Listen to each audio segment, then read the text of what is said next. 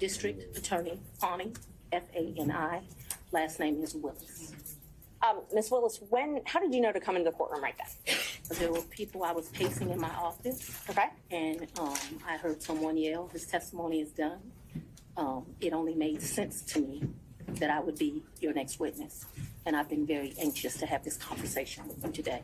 So I ran to the courtroom. So as soon as you heard that Mr. Wade was done testifying, that's when you just assumed you would be the next witness? It only makes sense. Did you listen to any of the testimony? I've been in my office pacing, ma'am. Did you listen to any of the arguments? I did hear the arguments this morning. It's ridiculous to me that you lied on Monday, and yet here we still are. And I did listen to that argument. All right, so that was it, just the argument, no testimony. Right, I listened to the argument this morning where Adam Abadi, I thought, did an excellent job pointing out how dishonest you were with the court on Monday. And I'm actually surprised that the hearing continued, but since it did, here I am. Great. So let's just talk about what you did in preparation for today. Did you meet with Mr. Wade at all? Once the motion was filed, did you meet with Mr. Wade and talk to him about the motion that I filed to disqualify you? On this first January motion? Yes. I don't know if you could say talked about. I probably had some choice words about some of the things that you said that were dishonest within this motion. So I don't know that it was a conversation. As you know, Mr. Wade is a Southern gentleman. Me, not so much. Okay, but my question was, did you have a conversation with him? I didn't have a substantive conversation. You did not? I read this motion, skimmed it more so, and I've probably said some choice things to him about some of the lies they were told. Okay. And then printed in the media because, we used to be in a day and time where you had 60 Minutes and people did stories and they verified information and you had this great reporting. But it seems today that a lawyer writes a lie and then it's printed for all of the world to see. Well, I just want to make sure that you answer the question I asked, though. So my question was... Overruled, Mr. Abadi. I told you what happened. I read the motion. I am sure I told him what my opinion of it is. Okay. And past that, we had no substantive conversation. You did not? Okay. Is there something you didn't understand? No, I just wanted to make sure that Okay. you did not have a meeting with him in the conference room to discuss the motion. Next question, No. Ms. Merchant. So in the conference room of my office within this week, you produced some financial document. That financial document was given to me, something, and I'm not even sure who was given it to him by me or Mr. Abadi gave it to me. And I think he showed me a document in our conference room. But as far as a substantive conversation, I don't believe I've had any conversation with him that is substantive related to this. Okay. I have had conversations with him since you filed the motion, but they wouldn't be substantive to this. He sent me very nice sermons that have been done. And so we've had conversations about, did you listen to that sermon? Things of that nature. And I would say they were in relationship to this because I think he did it to be kind. Okay. Let's start back in 2019. Yep. So you and Mr. Wade met in October 2019 at a conference? That is correct. And I think in one of your motions you tried to implicate I slept with him at that conference, which I find to be extremely offensive. I stayed at that conference. Mr. Wade was my teacher. I did not meet him when he taught the class. I was standing outside talking to Lisa Reeves, who is a judge. Me and her were just having a conversation. Mr. Wade walks up. I think they hug each other. They have some brief conversation. She introduces us. Your Honor, I'm going to object. We kind of thought that when you asked a question, you can answer the question, not a speech. So I object to the speech. I agree. I'm able to explain my answers. I believe she's able to explain her answers. And That's Ms. Merchant. That's okay. I can handle it. Ms. Willis, I'll ask you to listen to the question, and keep the answers confined to the question as best you can. I think you'll have more than enough ample opportunity on when the state is Well, able it's to ask highly offensive follow-ups. when someone lies on you, and it's highly offensive when they try to implicate that you slept with somebody the first day you met with them, and I take exception to it. All right. Well, Ms. Willis, she'll have the opportunity to explain all of that when it's the state's turn to ask more open-ended questions. Yeah. Ms. Merchant. Thank you, Judge. So again, my question was, you all met at that conference, though, right? We did. The meeting, He, as I stated, he taught the class. I did not actually meet him when he taught the class. I walked out of the class, and I'm not sure if it was that exact class or we had went to lunch, but we were standing in the vestibule, like outside of the class. Me and Judge Reeves were having a conversation. She had worked at a law firm I worked at back in 1996. We're getting way afar. I mean, I don't mind her explaining her answers, but I literally just asked if they met at that She's conference. explaining how she met Mr. Wade, which was exactly the question asked by Ms. Merchant. It was- These answers are more than appropriate. Ms. Merchant, if you want more concise answers, perhaps you could lead the witness. I will. Thank you, Judge. Isn't it true that you met Mr. Wade October 2019 at the judges He conference? hasn't gotten to the point where Ms. Willis should be treated also in this situation. I think we And have. I'm very Mr. much Everybody. want to be here, so I'm not a hostile witness. I very much want to be Not here. so much that you're hostile, Ms. Willis, it'd be an adverse witness. Your interests are opposed to Ms. Merchant's. Thank you. Merchants' interests are contrary to democracy, Your Honor, not to mine. All right, let's Judge, proceed. I would just ask that We we. can keep things moving. Ms. Thank Merchant, you. next question, Thank you. please. Okay, so we've confirmed when you met. After that, isn't it true? No, I need to explain this, and I think I get to explain my answers. When I met him, Judge Reeves introduced us. He handed me his business card. I'm unsure if I handed him my business card, but we exchanged information. He said, if you ever need any help, give me a call. And he walked to the parking lot. So after that, you started dating shortly thereafter, correct? A lie. That's one of your lies. Do you know Robin Yurdy? I know her as Robin Bryant. I knew her. So Robin did not go to my college. She went to the college of, I went to Howard University. She went to Morgan State. I met her through some people I knew. In college, we hung out a bit, not much because she was in Baltimore and I was in Washington, D.C., but we hung out a bit. After college, I lost contact with her. I probably didn't see Robin again until maybe 7 or 8 years ago, a chance meeting here in Atlanta, but we did not have a consistent relationship from when I left college and came to Emory Law School here in Atlanta. But 8 to 10 years ago, just by happenstance, I ran into her. So She was in Atlanta. you have been friends with Robin for 30-something years. Did you hear my answer, madam? Yes, and I'm asking if you've been friends with her for 30-something years. I've known her for 30-something years. We certainly hung out and partied together in college. She was from the D.C. area. She would come home, we'd party together. Wasn't close, but she was certainly in the girlfriends that partied together. And then, like I said, I ran into her about 10 years ago in Atlanta, Georgia. But So we didn't talk throughout that time period. I didn't see her. I didn't even know where she was. When I ran into her, I was surprised she was in Atlanta. And so, yes, I have known her probably since 1990, 1991, but we have not maintained a consistent relationship that whole time. for the last 10 years or 5, whatever you'd like to classify it as, have you been friends with her? I have not spoken to Robin in over a year. I certainly do not consider her a friend now. I think that she, there's a saying, no good deed goes unpunished. And I think that she betrayed our friendship. So let's narrow it down, the timeline now. So my questions are going to be from the time period of 2019 until she no longer was employed for you, the last time you all talked. So all of my next questions are just focused on that time frame, okay? Yes, ma'am. Up until she left your office. Yes, ma'am. During 2019, you all were friends, correct? Yes, we knew each other in 2019. During 2020, you all were friends, correct? We were friends during that time period. During 2021, you all were friends, correct? Yes. Okay. And such good friends that when you needed a place to stay, you asked her if you could take over her lease. That's a lie. You did That's not not move the- into her apartment? I or her did, but condo? that's not the way you characterize it is wrong. I asked if you could take over her lease. I did not ask if I could take over her lease. Did you move into her apartment? I moved into her condo in April of 21. The circumstances around that were that Robin met her husband. They wanted to move into another and separate place. She wanted to get rid of her condo. My father was living with me at the house. Because of this case and because of my stance on gangs, my life was being threatened regularly. My father urged me to leave our home. At the same time, as luck would have it, Robin wanted to give up her lease because she wanted to move in with this new man she met, who eventually became her husband. And so as life circumstances worked, my dad was begging me to leave the house. He was afraid for me, afraid for his grandchildren.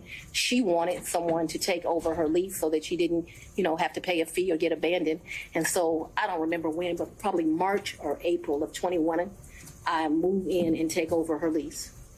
And did you pay her or did you pay the leasing agent? No, I don't even know who the leasing agent was. I paid her. You paid her. Did you pay her cash or did you use the card? There were some times that I would give her cash, but mostly I paid her via Cash App. That would be the most convenient thing. So I would not only give her her rent, but then like when the utilities would come in, whatever the utility was, she might be like, I need $70, I need $100, whatever it was. And we never had a problem with money. Whatever she told me it was, I never asked to see a bill. I never questioned her. I just gave it to her. What percentage would you say you paid cash versus Cash App? Oh, the vast majority was Cash App. I don't know what percentage, I'm not going to guess that, but the vast majority was Cash App. But there would be times she would say, this bill came in at $70, here goes $70. Did you have a monthly rent amount that you paid her? I can't remember. It was $1,400, $1,500. I can't remember what it was. And it would vary, which I don't understand to this day. But like I said, I never questioned her. When did you move out? She said it was, that's what I paid. When did you I move out? abruptly moved out in February, either late January or early February of 22. Of 22. Yes, February ma'am. 2022, is that what you said?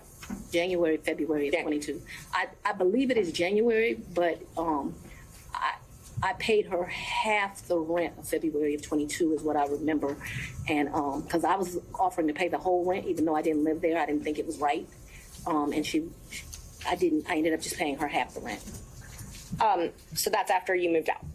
You said you paid her half of that. Okay. And the time that you said you had to move out of your house because you were scared, did your dad stay there at your house?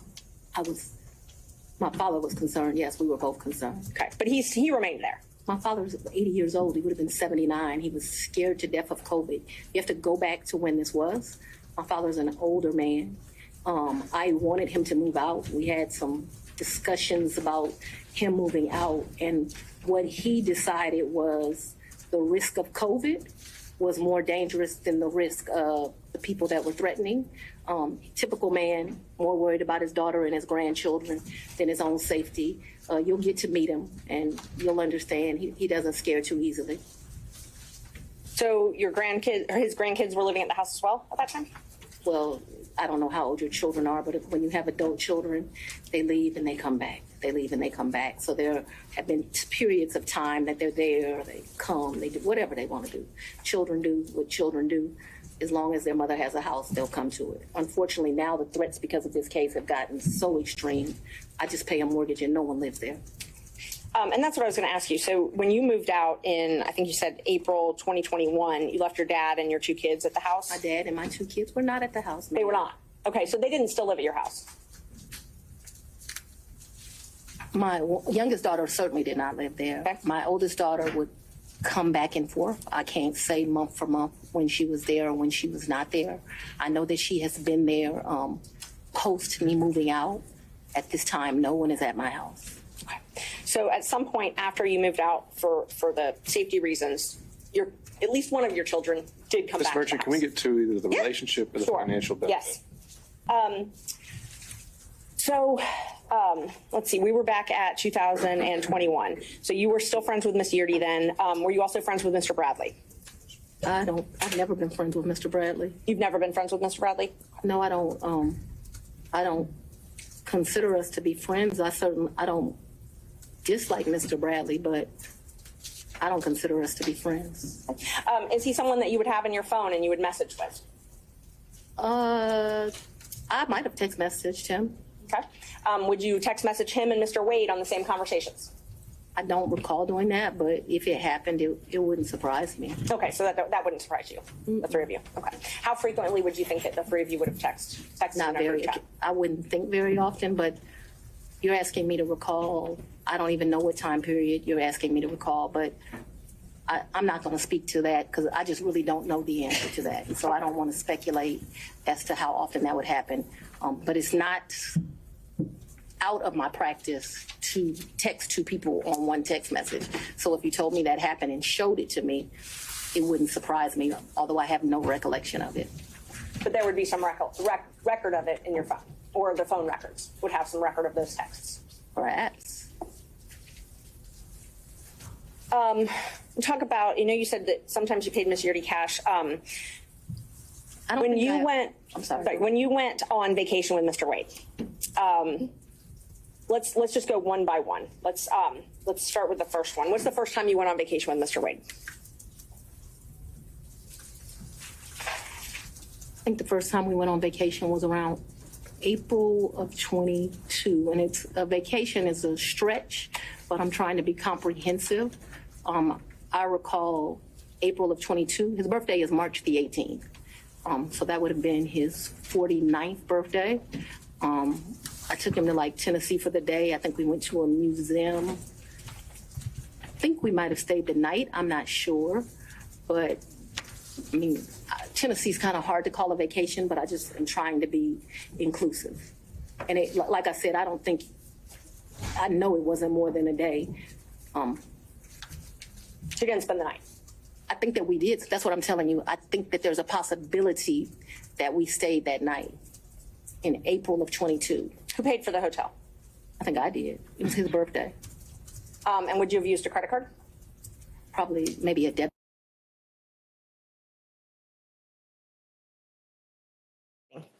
When I started dating Mr. Wade, it was right around then. That April 2022? 22, yes. 2022. It was 22. It's not like when you're in grade school and you send a little letter and it says, will you be my girlfriend, and you check it. I don't know the day that we started seeing each other, but it was early 22 is my recollection. Okay, early 22. And you all went to Florida on vacation as well? I don't recall going to Florida on vacation with him. You never went to Florida with Mr. Wade? When we went to get on the cruise ship, we went to Miami. Okay, that's the only time that you went to Florida with him? I think we went to Miami and spent the night. That's my recollection. Okay. I think we spent the night. That's my recollection. Okay. I think we spent one night so that we wouldn't miss the ship.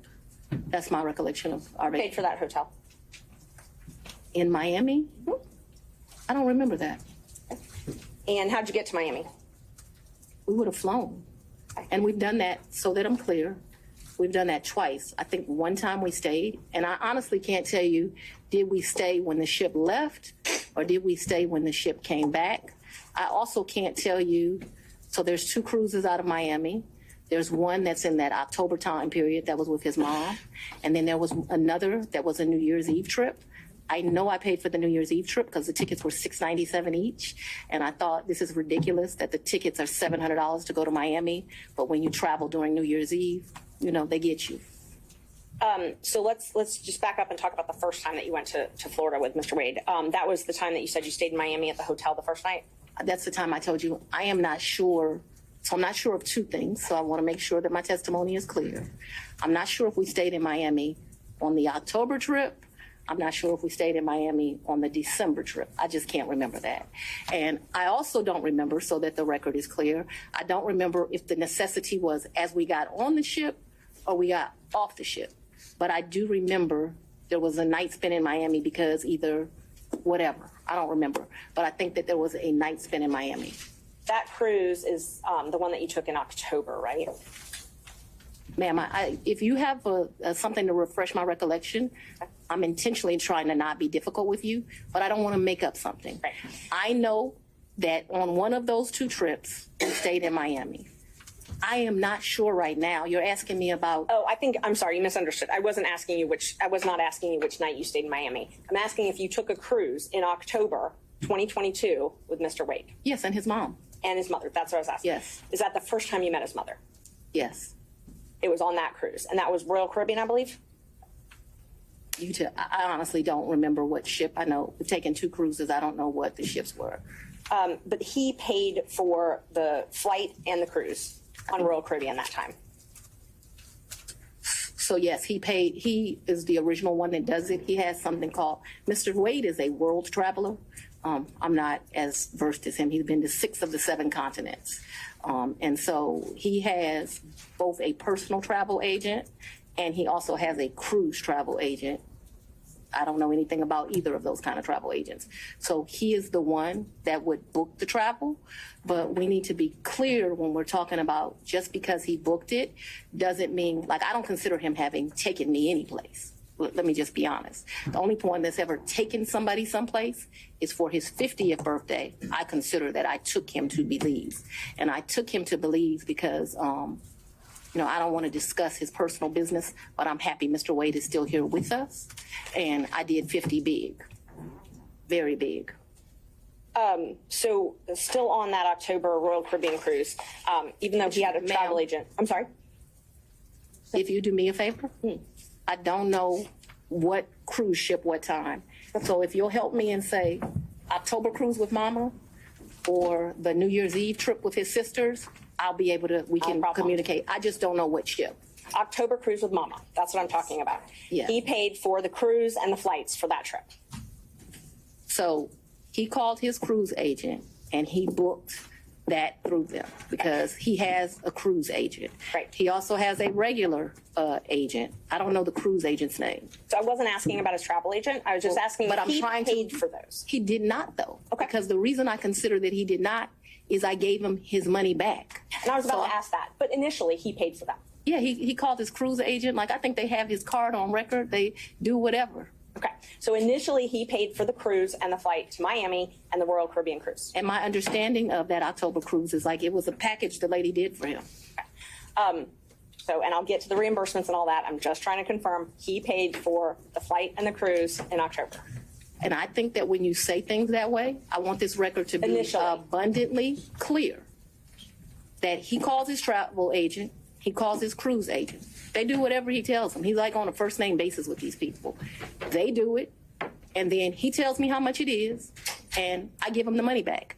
I don't, just like you're asking me about the money with Robin, I don't do my friends like that. So if you tell me it's a G, then you're going to get $1,000. Whatever it is, I didn't ever make him produce receipts to me. Whatever he told me it was, I gave him his money back. Isn't it true that he paid for the cruise and the flight on his credit card? I'm not asking about reimbursement or after. He used his credit card to buy the cruise and buy the flight, correct? I have no idea how he paid for it, if it's a credit card, if it's a debit card, but certainly he called his cruise agent. You know, like how many people have a cruise agent? He calls his cruise agent, tells them where they want to go. They tell him what's booked. And you have to remember, he paid for that initial was me, him, and his mother. And then after that cruise, you all flew to Aruba and spent a couple days in a hotel there, correct? Right, and his mother was not happy He that we left her initially behind. paid for that. He initially paid for that. For Aruba, yes, ma'am.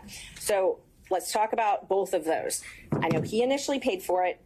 Did you pay him back?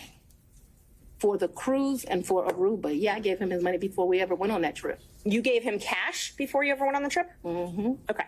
And so when you got cash to pay him back on these trips, would you go to the ATM? No, lady, You would not go to the ATM. no. Okay. So Fulton County pays you direct deposit, I assume? Yes, Fulton County and the state of Georgia both pay me direct deposits. Okay. So the cash that you would pay him, you wouldn't get it out of the bank. I have money in my house. You have money in your house. So it was just money that was there. When you meet my father, he's going to tell you as a woman, you should always have, which I don't have, so let's don't tell him that.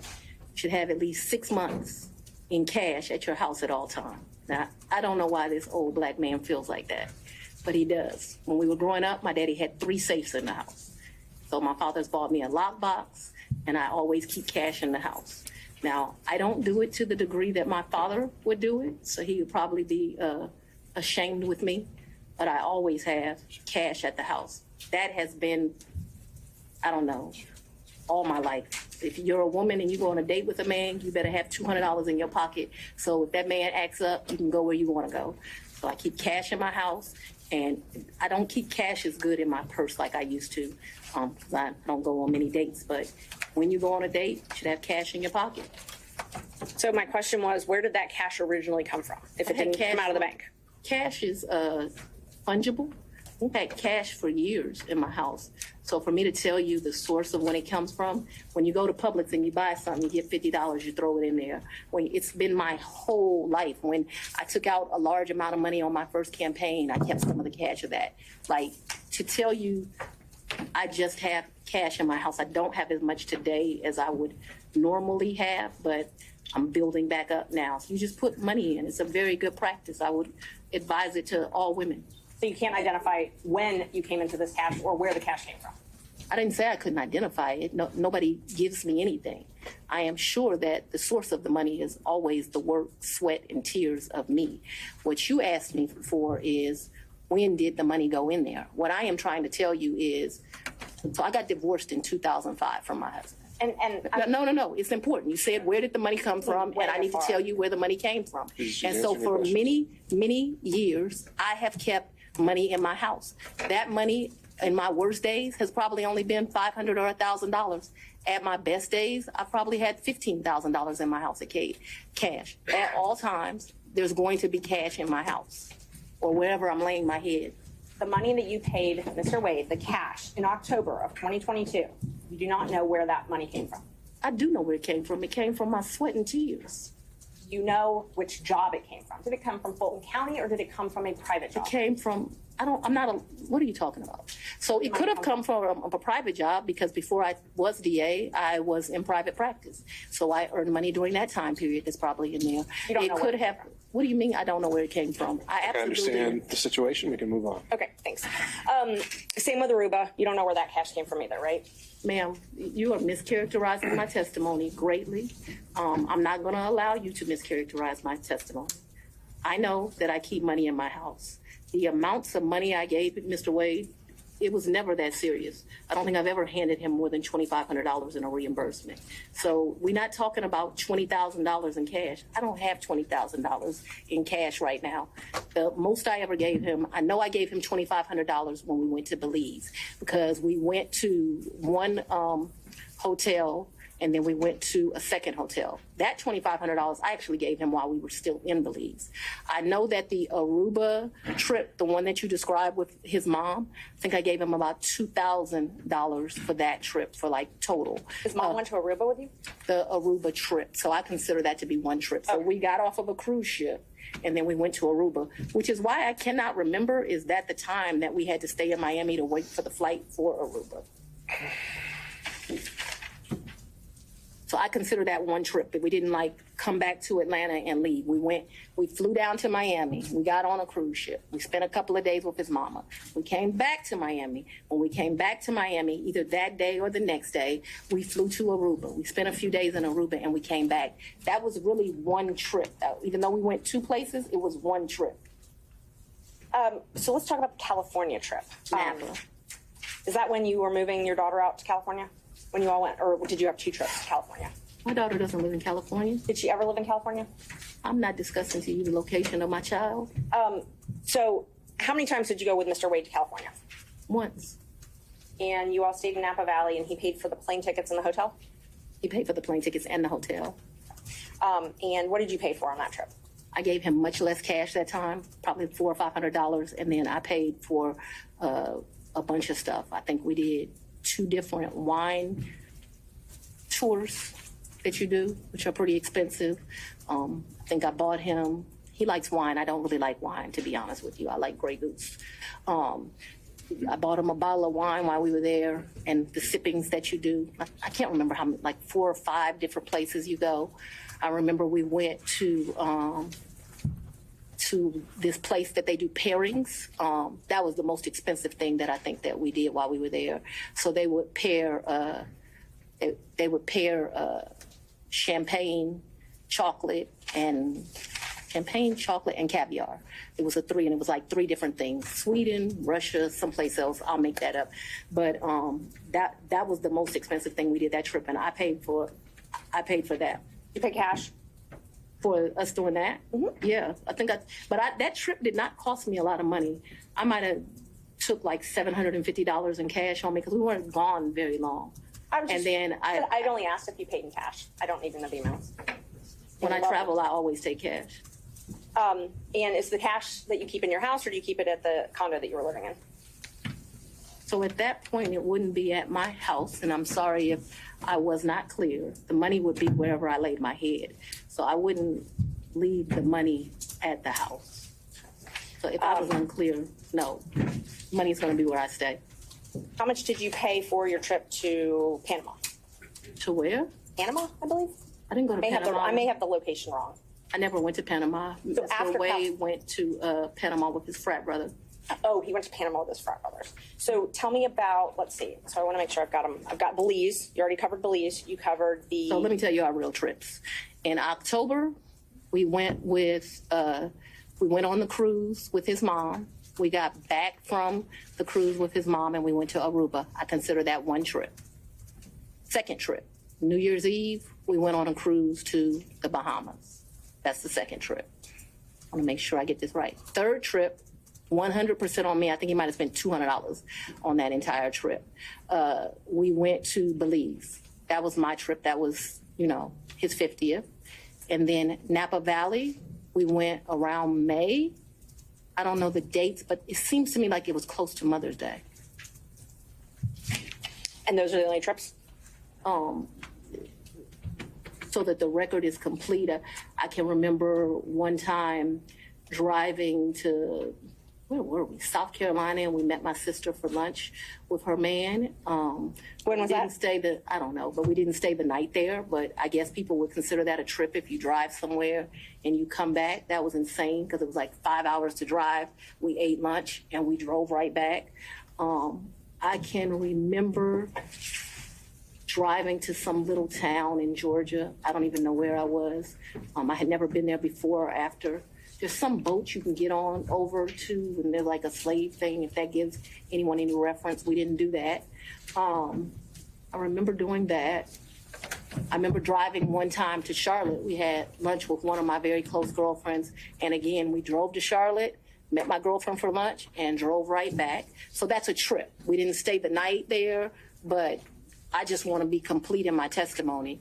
We drove someplace, had lunch, drove back. I don't remember another driving someplace distant for lunch and coming back to Charlotte to see a girlfriend, to meet my sister in South Carolina. We went by ourselves when I told you about that remote place in Georgia. We could have driven someplace else and had lunch and came back, but that's all that comes to my recollection right now. There could have been another place we drove and had lunch. My security team was very clear to me. I'm not to be out and about in Atlanta without them. And so for me to do something just very normal that a normal person would get to do, if they weren't prosecuting this case, I got to drive 4 hours to do it. And that's what I was going to ask you. Your security detail, did they take you to and from your house? So I haven't been able to enjoy my home. Condo, I'm sorry. Since March of where you lay your head? Did they take you to and from where you lay your head? 99% of the time. Would they take Mr. Wade to and from wherever you laid your head? That has never in the history of ever happened, ever, okay? Your security team has never taken him? From my house? That's a lie. I'm asking if they've ever taken him anywhere. And I'm telling you that that's never happened. So your security team has never taken Mr. Wade anywhere? My security team has never taken Mr. Wade from any place where I have lived and brought him here. Never. Not once. Not ever. Have they ever taken the two of you together? To where? Anywhere. Well, we've left this building and gone to lunch, but I go to lunch so rarely that is a very rare occasion, I am sure.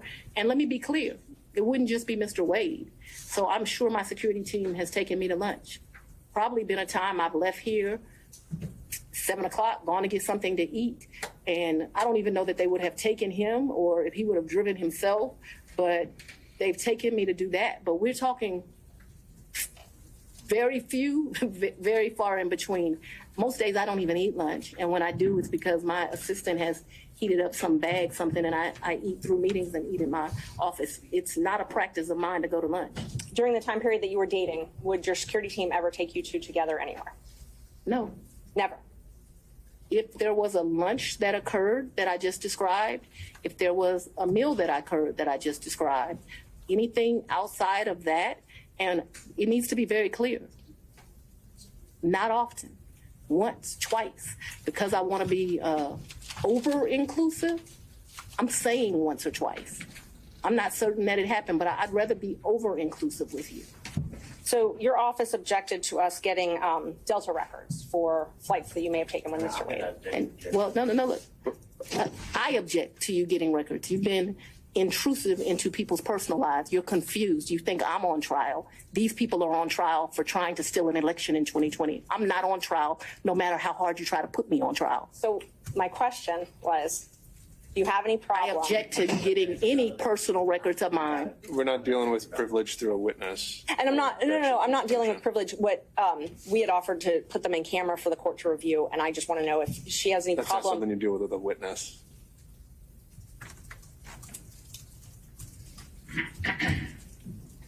Okay, you have to file as part of your job something called an income and financial disclosure report, correct? That's correct. And you filed your first one, so you filed 2 to date, is that right? Is it 2 or 3? I probably would have filed 21, 22, and maybe I haven't filed 23 yet, because isn't it due like June of the next year? April, I believe. So you filed, let's see, you filed your first one, it looks like April 15th, 2022, and your second one, April 17th, 2023. Does that sound familiar? That I don't remember the dates, but you're an officer of the court. I'm gonna hope you're telling the truth now. May I approach the witness? You may. Thank you. I already gave the state a copy, exhibit 20 and 21, if you take a look at those. They're part of the certified records. Can somebody bring me some? Yeah. Guys are getting a little old.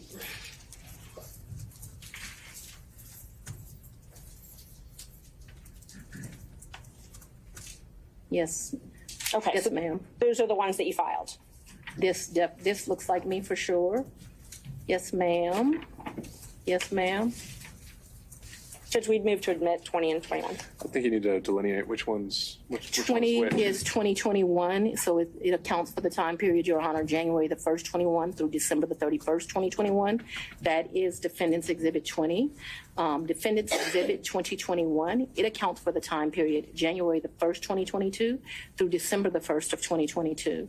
All right. Any objection to exhibits 20 and 21 Nope, No, you're sorry. from other counsel? Admitted without objection. Yeah. When did your personal relationship with Mr. Wade end? Our personal relationship ended in this year. So let's be very clear so that we don't mix words. I don't want to mix words in here. Mr. Wade is my friend right now. Mr. Wade, I would say, has been my friend since 2020. I think he started out as like a mentor and a professional colleague. He became my friend and somebody that I really respected. I feel very indebted to Mr. Wade for taking on the task of this job. And he is certainly my friend and one of the people that I respect the most. So if you ask about a personal relationship, I consider myself to have a personal relationship right now, Mr. Wade. I consider myself to have a personal relationship with Anna Cross. I consider myself to have a personal relationship with Mr. Abadi. I consider myself to have a personal relationship with Andrew Evans. Okay, let me just And so clarify that I before we have a go. personal relationship with him as we speak right now. A romantic I don't think rela- that's what you're asking. I think that's what Romantic you're asking. relationship. When did your romantic relationship with Mr. Wade end? My- Did it end? Me and Mr. Wade, we are good friends.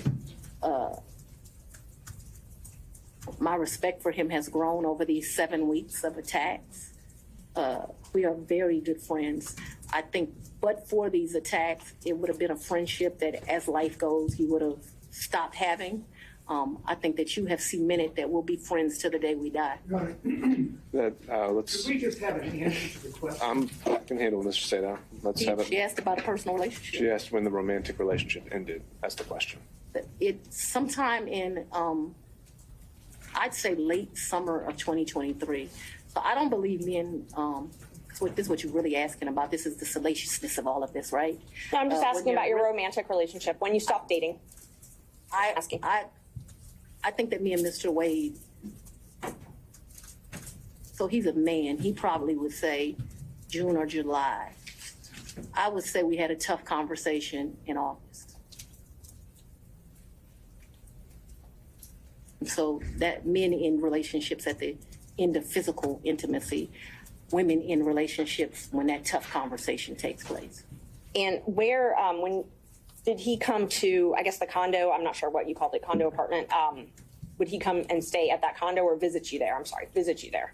What condo, what apartment? I want to be clear. So not your house. I know you classified one as house and one as condo. So I'm trying to use those terms. So but there's been more. See, what you don't understand is because of this case, I got to move. And so I Ms. need Merchant, if you to, could ask a more precise question. yes, please give me the time period. That we're Mr. talking Wade visited you at the place you laid your head. about. When? Has he ever visited you at the place you laid your head? So let's be clear, because you lied in this. Let me tell you which one you lied in. Right here. I think you lied right here. Your Honor, I'm gonna- No. This is the truth, Judge, And this it is a lie. It We're is gonna- a lie. Ms. Willis? You see. Mr. Sena, thank you. We're going to take 5 minutes. Do back in 5. How often did Mr. Wade visit you at a place where you were living between 2019 and 2021? So you want to start with the lie that he lived with me in South Fulton in 2019, a home he's never been to? That's one lie you told in your Judge, document. I- No, Judge, I didn't ask her about that. Ms. Merchant, I want you to ask a very precise question. I think she's saying and answering that he did not live with her. So why don't we break that up into smaller Ever. parts? And I didn't ask about living. but you put in your, while we're talking about professionalism, while we're talking about professionalism, she put in 3 different documents Well, he she'll lived have with me full opportunity to respond. In and 2000 filed that with the court.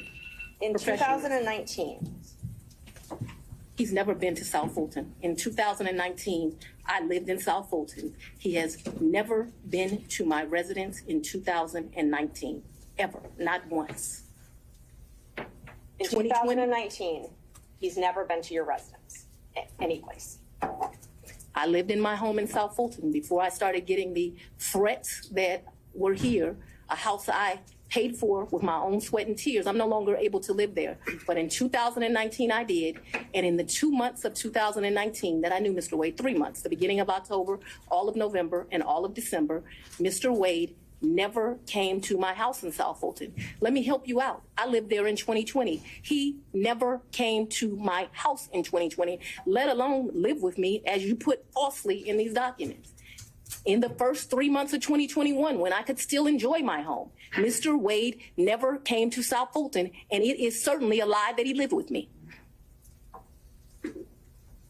So in 2020, so you said 2019, 2020, did Mr. Wade ever visit you at a place that you He resided? has never been to my home in South Fulton.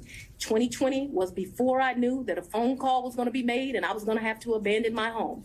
As a result thereof, he never visited, lived at, came to, or has seen South Fulton. You qualified that with your home in South Fulton. I'm That's where I asking, lived in 2020. 20, did he ever visit you at a place that you resided? Okay.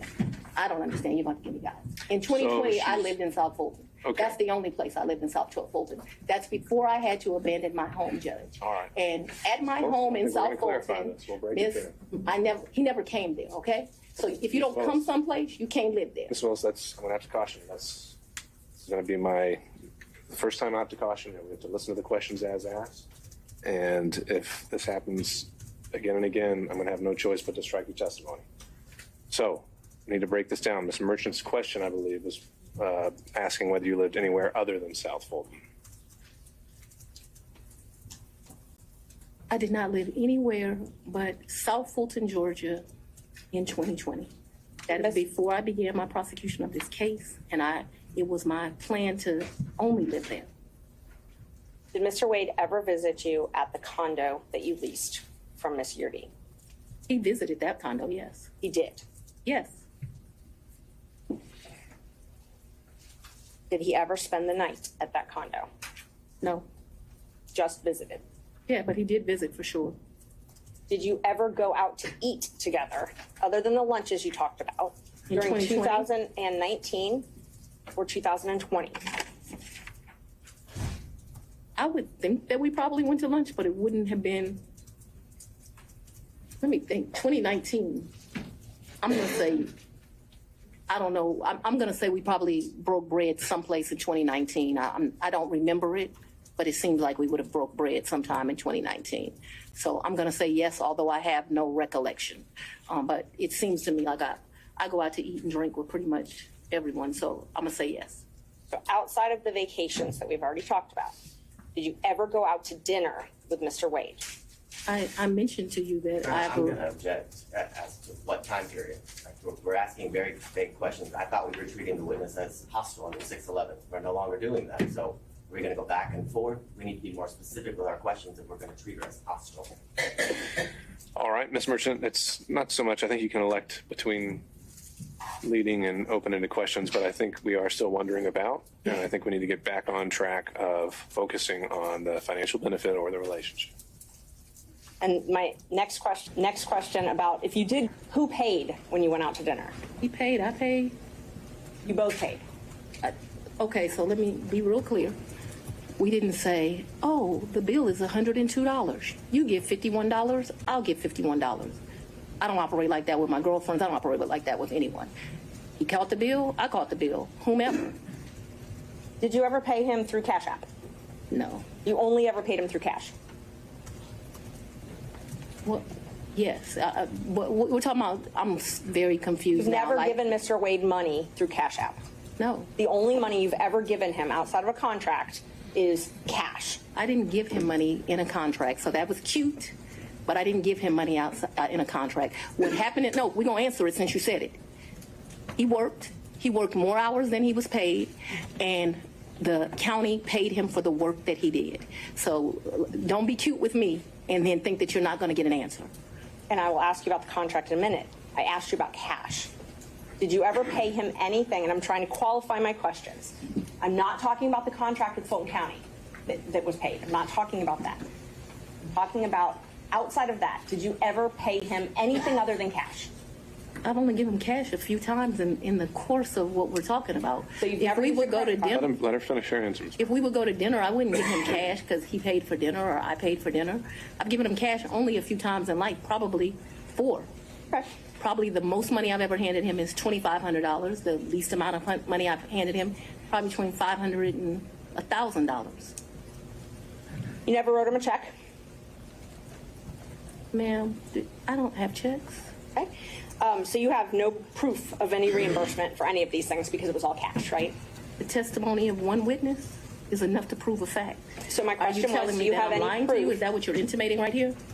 I'm asking if you have any proof that you paid him any of these The monies. proof is what I just told you. You have no written proof. Is that correct? So I have some, probably some transactions like in Belize. I probably spent $500 on my card in Belize. I spent $900 on each of our tickets to go to Belize. I did the $700. I probably got some minor expenses in Aruba that would be on a card. But for the most part, for those trips, other than, so the 2 cruises, I gave him money for those before we ever left because they were pre-booked. Let me answer. Well, the question was if you had any written proof. And so I've answered you that I've had written we proof. can move to for- the next question. If you've answered if you had any written proof, and that was my question.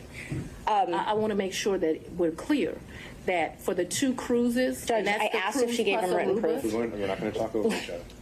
Ms. Merchant, she answered your question, so we can ask the next question. You can, Ms. Willis and Ms. Cross will have plenty of opportunities to let you clarify your answers when it's her turn. Thank you, Judge. Knowing your role as district attorney, you know that public funds are scrutinized and money is scrutinized and things like that. You understand. I'm sorry, go ahead. You understand you're under a microscope. You have reporting requirements, all of those types of things. You have no record other than your testimony of the money that you've given Mr. Wade. You've already asked that question. Let's keep going. When you took office, you had a tax lien of $4,600. Did you pay that with cash when you made that tax lien whole? I probably paid through however you pay. Okay. So, but you were saying that you had amounts of cash. You still had that lien in 2022 when you were dating Wade and going on these trips. So the cash that you gave him, that could have been used to pay this tax lien off? You gonna tell me how to pay my I'm going to bills? object. This is not relevant as it relates to why we're here today. Ms. Merchant, are you trying to establish that she was insolvent in some way? I definitely was trying to establish that she did not have these mass amounts of cash that she's talking about, yes. All right. Re-ask the question. You had a tax lien in 2022, $4,600. Did you say I did? And you did not use this cash that you had to reimburse Mr. Wade to pay that off, correct? No. Okay. I went shopping too when I didn't pay it off. And you talked about, you gave a lot of interviews to some authors and a book called Find Me the Books, right? I would not characterize it as a lot. I probably have spoken to them No, 2 or 3 times. My question is relevant as to, I think it's already come up that finances are discussed in the book. I'll overrule that. Thank you. Ms. Wilson, you can continue your answer. what came up with Mr. Wade as it relates to hearsay statements that he was asked about in relation to what Ms. Willis may or may not have said in relation to an author. So it's not relevant to the testimony that's occurring at this time. I think Ms. Merchant has said that inside the book, she also makes a statement as to her own finances, and that's at issue. So you gave interviews to the authors of this book, correct? Once or twice. Okay. And 3 times, just to be comprehensive. I don't know if it was 3 times, 2 or 3 times, I think. you were quoted in the book, and I will give you a chance to say if this is a misquote. You were quoted, when they asked you about if you wanted to run for office for DA, you were quoted, "I really don't want to be financially effed up again." Do you remember saying that? So what that refers to, so that My question first is if you remember saying that. I remember saying something similar to that, but I would like to be able to explain what that's in fine. reference to. That's not in reference to anything else. It was a huge sacrifice to be district attorney in Fulton County, huge. I was doing just fine. I had a municipal court judgeship that was paying me $100-something thousand a year, and like you got to show up twice a week. Easiest thing I've ever done in life. I also had private clients that were paying me to represent them, so I was able to have a law practice and that. Raising 2 daughters by myself, there were times in life where things were hard, and so I was telling people, I don't really run for DA. I don't want to run for DA. I'm in a good position right now. I got this easy job that I enjoy, being the chief judge of the city of South Fulton. I'm making money at the law firm, and I'm not sure that I want to make this sacrifice. And why does it always have to be me? Eventually, I prayed. I think that I was the appropriate person. I think that I did that. So when you're referring to that, what I'm saying is, why should I make a sacrifice again? And what I was not talking about is being district attorney. Once you get elected district attorney, you're in a fine financial position. I make over $200,000 a year. What I was talking about is I ran for judge. When I ran for judge, I took $50,000 of my personal money out of my retirement, and that money ended up being lost. And I know when you bet on yourself, you're going to have to bet money on yourself. And so what I was talking about was not wanting to go through the personal financial expense of running for office. By no means did I think that I was going to be financially in a bad position once I won. Let's talk about what I was up against, because it's important to understand that comment. I had a district attorney who had been here for 24 years. People, it's very relevant as to what my mindset was about this. So I'm trying to answer your question. So what I was saying is Tailored solely to finance. Right, but it is about my finances. If I didn't, nobody put me in this seat. So I had already run for office once. I had spent $50,000 of my own money running, and it was vamoose, nothing. And so when I'm talking to those offers, I'm talking about the contemplation of the sacrifice of the run, not the sacrifice of once you become DA. The odds were against me. I was likely going to lose the election based on who I was running against. So that needs to be in the appropriate context. Isn't it true that the authors also wrote, and you can dispute this if you'd like, that you were broke after that race? The 2018 race. Yes. Yeah, that was a hard race. I wasn't broke like I didn't have any. So broke is relative to depending where you are, but that hurt to lose that $50,000. So I'm sure my mental mindset was like, I just gave $50,000 away. Right. So they characterized it from their conversations with you that you were broke, you had poured your own money into the campaign, and you weren't able to pay your own bills because of your clients couldn't pay their bills to you, and you had a paltry array of family and asset forfeiture cases. It says you were trying to make it month to month. Is that an accurate depiction of your financial situation at that point? I would want to read that, but I don't remember clients not being able to pay their bills. Or May I approach, Judge? you can. You may. Page 13. I have not read this book.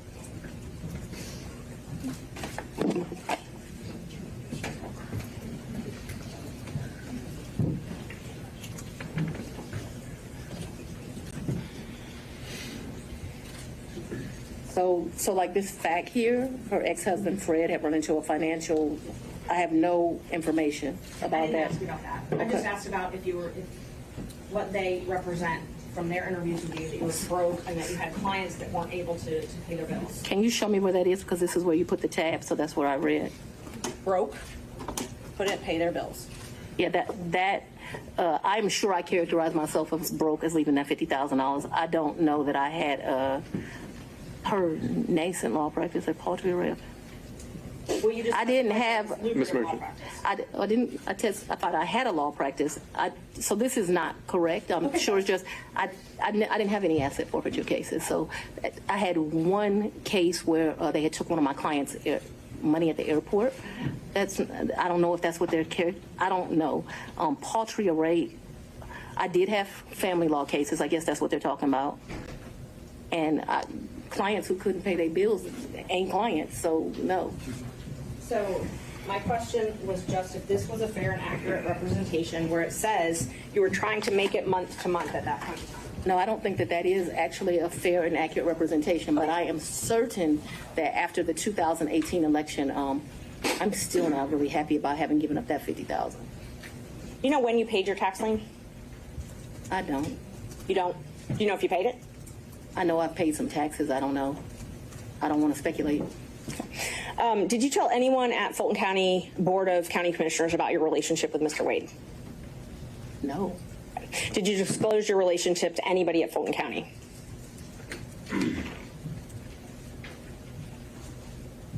No, I don't think so.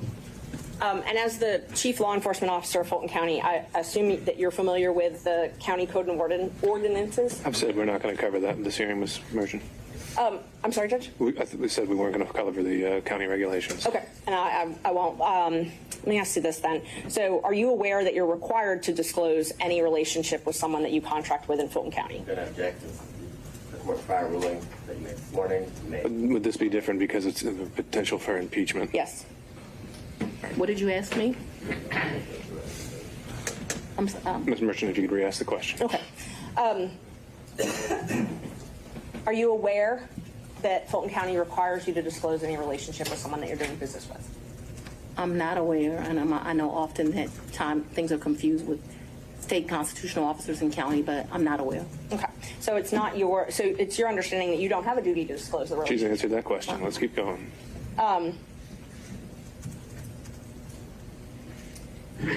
Did you keep track of this cash that you paid him at all?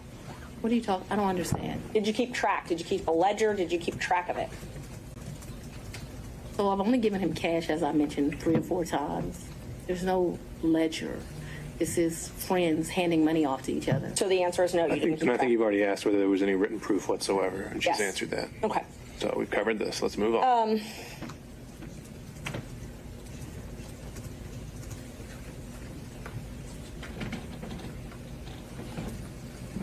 Who were you referring to when you suggested that Mr. Roman's motion to disqualify was racially motivated? We already said we're not talking about the forensic misconduct that's been alleged.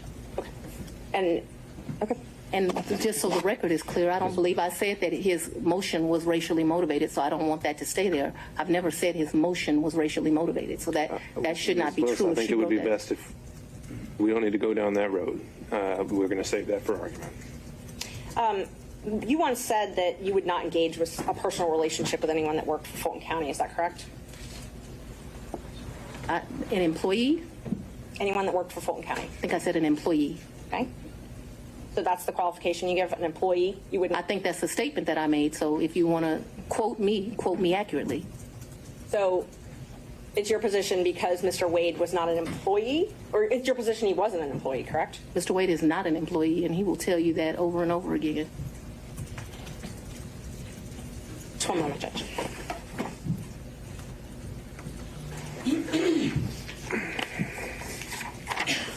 I'm sorry, the statement, just so I make sure I accurately quote you. What you said was you won't sleep with people who work under you. Do you not consider Mr. Wade working under you? I consider Mr. Wade to be an agent.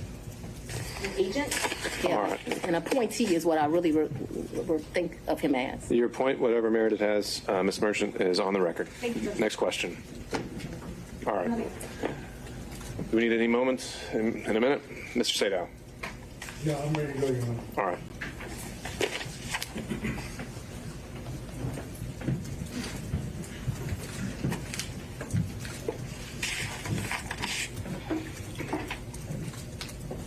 I'm going to try to ask you questions that you can actually answer without having to explain, okay? Yes, sir. My comprehension skills are pretty good, so we should do all right. We shall soon see. If I heard you correctly, you moved into what I will refer to as the Yurti condo in either March or April of 2021. Is that correct? Sometime between late February and April. Yes, I don't. Just so we're clear, yes. But in that time period, you're in the ballpark. We're in the ballpark. And is that Yurti condo, would you say that it is in Hapeville? It is in Hapeville, yes, sir. And you moved in there for safety reasons? My father, yes, I moved in there. We were concerned. My father was terribly concerned about me continuing to live at the house. And so they were clear. People came to my house at 5 o'clock in the morning about the police brutality cases, saying I was going to have a wake-up call. There were security threats due to gang cases, and there were concerns due to the, that was at the very beginning of this, looking into that. And so for all of those reasons and what was happening, my father wanted me out the house, and begrudgingly I left. Okay, so the answer to the question was a yes for safety reasons, correct? Those were all of the things that caused the safety concerns. I'm sorry. I'm not questioning whether they are or are not safety concerns. I just asked that you moved into this condo, the RT condo, Right. for safety reasons, right? Yes. Okay.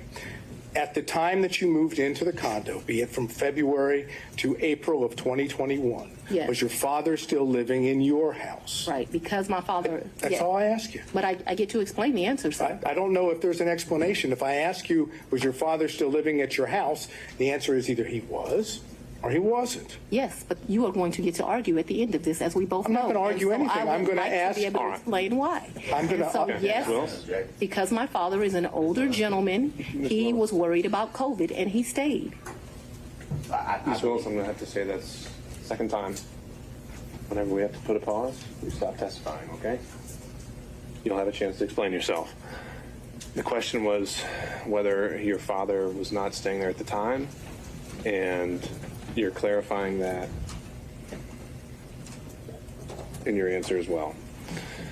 You can have a brief clarification, but it shouldn't be something that reaches well beyond the question. All right, Mr. Sadov, you can re-ask the question. We'll see where it takes us. Okay, thank you, Your Honor. Was your father still living in your house at the time you moved to what I would refer to as the Yurti condo? Yes, sir, he was, due to his concerns related to COVID. Okay. The safety concern was that there was potential danger at your house. Is that correct? Yes, my address had been exposed, so yes, there was concerns about potential danger at my house. Okay, so anyone staying at your house in the time period after you went to the Yurti condo was still in danger, correct? Yeah, well, no, he did. I think you have to, it's your attorney, Ms. Willis. Sorry, Mr. Bott, your objection is speculation Yes. to the question of Speculation. whether someone was still in danger at her condo. Just let her answer the question. Or Mr. Sadon wants to rephrase. No, I'm not sure. I was able to I've got understand it. I've got the objection, and then I have, I'll withdraw the objection. You can move forward. So, Okay. and I remember the question, so I can answer it. you can now that the objection's been withdrawn. Can you try to answer that question? Yes. There's still a safety concern I was- for people staying at the house. Yes, I was very concerned about my father still living at the house. However, if you have dealt with an older gentleman, he was not leaving the house, despite my urging him that I thought he should leave as well. He did not want to leave the house because he was particularly worried at his age about COVID. But that became I don't want to say I was not happy with that decision of my father's, but I can't ultimately make him leave, and he stayed there too long, in my opinion. Okay, thank you. During that period that you left to go to the Yurti condo, Yeah. did any of your children stay at your house? So I don't, I don't think that they were there at that point. Certainly my baby wasn't there. I'm talking about this entire period. We're talking about, if I remember correctly, and you'll correct me, I'm sure, you said that you stayed there at what I would call the Yerty condo until January of 2022, correct? Yes. Okay, so I'm asking you in that period, which would be February to April of 2021 until January of 22, did any of your children stay at your house? And you don't have to yell at me. I'm able to understand. So I would ask you to not yell at me. That being said, I don't actually expressly remember, but I can tell you since I have left my home, there have been times my oldest daughter came in. But I can't tell you with certainty the time window that you've said, if they did or not. And so I don't want to speculate to that. But there was some time that my oldest daughter came back. Whether it was that period or after I left the Yerty residence, I'm not sure, okay? Okay, so if I continue to go into more detail on this, you're not going to be able to give me an answer of whether or not, in fact, any of your children were still at the house or stayed at your house during that time period, correct? What I can give you clarity of, so that we are clear, is from the time I moved out in February-ish of 2021, after I left there was a time period that my oldest daughter came back. But if you're asking me, was it in that window or after, I just don't have a recollection of that because, you know, your kids come and they go. And so I don't remember the specific time period, and I apologize for that. Did your children ever stay with you at the Yerty condo? Like maybe a night, Okay. like for a girls' night or something, but live with, no. Okay. Did anyone else stay with you at the Yerty condo, Other- including Miss Yerty? Never. Miss Yerty never lived in the condo. She met her husband and they moved. They weren't quite married, but they moved. Nobody ever lived with me in the condo. That was My long period. word was stayed, not lived. Stayed with you at the condo. I guess I don't understand the distinction, but no one ever, I think my baby's my oldest child. I think she spent one night with me, maybe my oldest and my youngest, but I think that whole time I was in that place, other than that one night, I don't think anyone ever, this was a very lonely period in my life. I don't think anyone ever spent the night other than maybe one night. I remember a picture of my baby sitting on the couch in that place, and I'm thinking she spent that night. But just a very lonely time in life. Okay, we'll stay with the lonely theme just for a minute. Did Nathan Wade visit you at the Yerty condo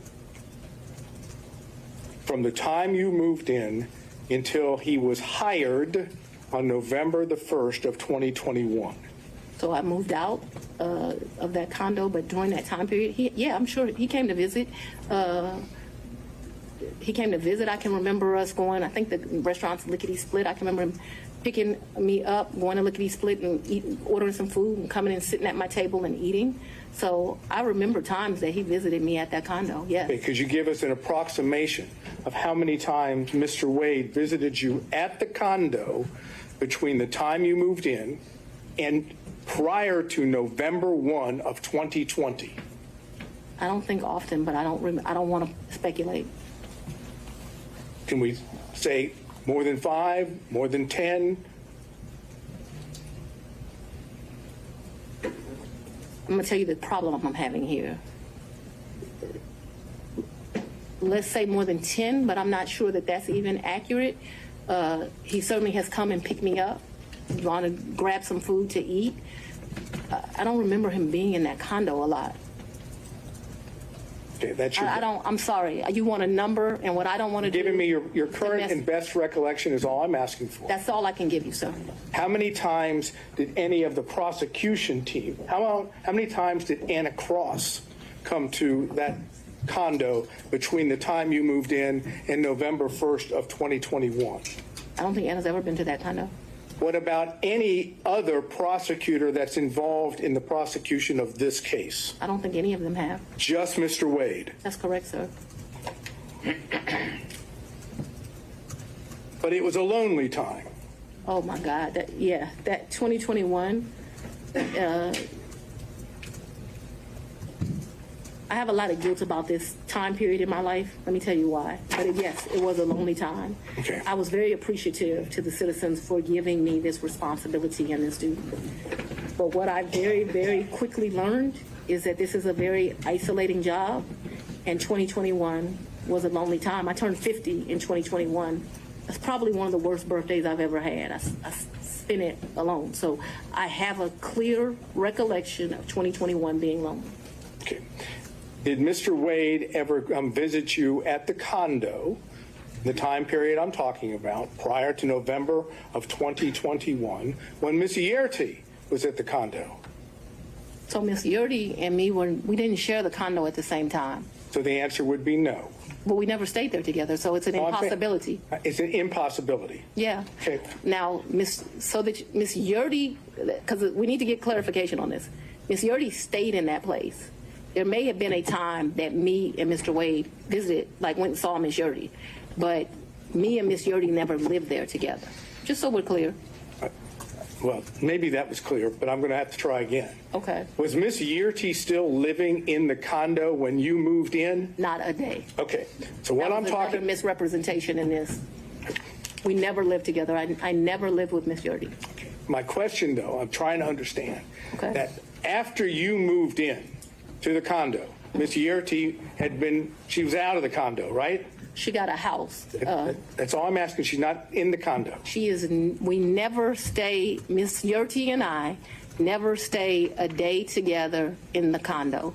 All of her stuff was out of the condo, and all my stuff, some of my stuff, not all of it obviously, was moved into the condo. So we never stayed there together. No, sir. All right.